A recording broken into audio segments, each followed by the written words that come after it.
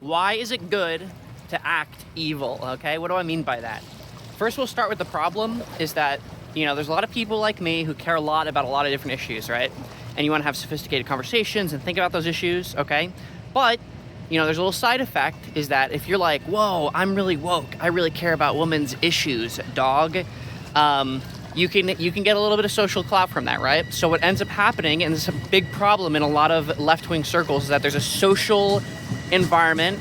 Some people call this virtue signaling, which is a trigger word that turns people's brains off, but you get social credit for performing these kinds of ideas, right? For saying out loud, like, actually, you can't say that word, without having any sophisticated thought behind it, right? So there's kind of two groups of people who are doing this, and a vast majority of them, if you're in my group, you'll know this, are more interested. They don't really have the sophisticated thought. They're just doing the social performance, which is fine. Good for them. It's a good social performance. We're on the same team.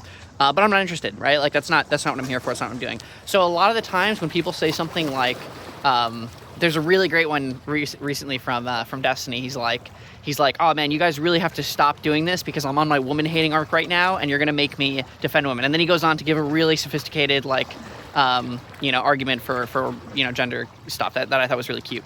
And it's like one of the reasons that we undercut, that we do this, right, is to make super clear, like, okay, yeah, like, whatever, like, I don't care about the virtue stuff, I'm good, like, let's actually have the conversation now, right? And it's nice because it instantly severs anyone who's only here to hear the words performed that are in alignment with their group. It's like, yes, those are my group's words.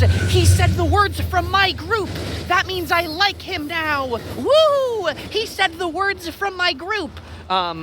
Just to very immediately disconnect from that, right, is you just shoot a quick, like, yeah, I'm a misogynist, like, get away, like, I'm good, like we're good. And now we can actually have the conversation with the sophisticated kind of people, because nobody with a level of sophistication beyond a turtle is going to be, like, super worried about, like, oh yeah, that he didn't actually mean, he probably means, like, the more sophisticated thought,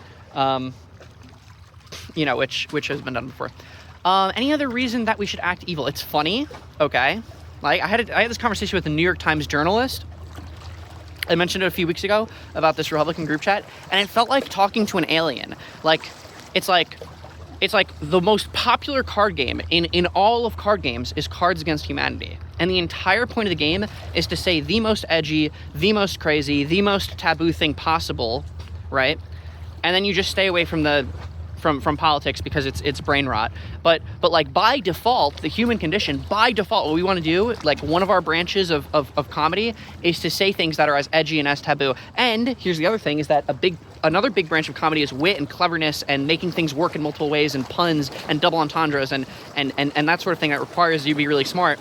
Most people can't engage with that, right? Most people will never make a joke that is funnier than the average TikTok that they saw that week, and people see 1 million TikToks a day, right? Most people aren't going to be able to do the wit and the clever, right? And then there's, like, repetition, and then there's, like, taboo, and there's, like, a couple other things, but, like, the main ones that people are going to be able to do for humor is repetition. That's why 6 7 6 7 6 7 6 7 6 7 6 7. Like, the more you repeat it, the funnier it gets, right? Is either repetition, or they're going to be able to do, extreme or taboo, right? And that's, like, the super most common fucking types of humor people are able to engage with. And Democrats are completely lose access to all of humor, right? Because we're like, guys, we can't do that. That's not buttoned up enough. That's not quite right. Sir, that is not quite right what you just said. Cum? No, we don't talk about cum in the Democratic Party. It's just cringe. So that's reason number 2, is that it's objectively funny. The New York Times journalist, this poor girl, she's like, sorry, she just comes from a different kind of, she's been embedded in a different culture than me for a very long time, so it's, like, completely indecipherable. But I'm talking about this stuff, and I'm like, yeah, we do jokes, it's funny, it's super edgy, it's within the in-group. And then she responds back, and she's like, okay, but, like, I get that it's kind of a social signal in an in-group performance. And she's talking to me like an anthropologist, and I'm like, no, it's not a social signal in an in-group performance, it's just funny, right? Like, everyone, probably, if I had to guess, like, 30% of dudes, at least, probably more, have a group chat called, like, Unhinged Group Chat with the Boys, and, like, the entire joke of the group chat is that it is the most like everyone ones up each other, right? Like someone says something a little edgy and then it's like, okay, well, I'm going to one up that and then I'm going to one up that. And there's probably lines like but these places get pretty crazy, and I'm pretty sure most people are in one of these, right? So that's reason number 2, is acting evil is funny. Okay, being evil, we don't be evil, okay? We never be evil, but we act it, okay? It's fun. So it's funny. We filter out virtue signal enjoyers. Is there any other reason to act evil? Okay, listen, it's okay. It's funny from an external perspective perceived, but it's also a lot of fun, right? People wouldn't be doing all this evil shit if it wasn't a lot of fun, right? Like, think about, okay, you set up your relationship, you work for years on this thing, you're cultivating this experience with someone you love and you care about, and then you lose all that in a moment because you beat the shit out of them. It's got to be a lot of fun to beat the shit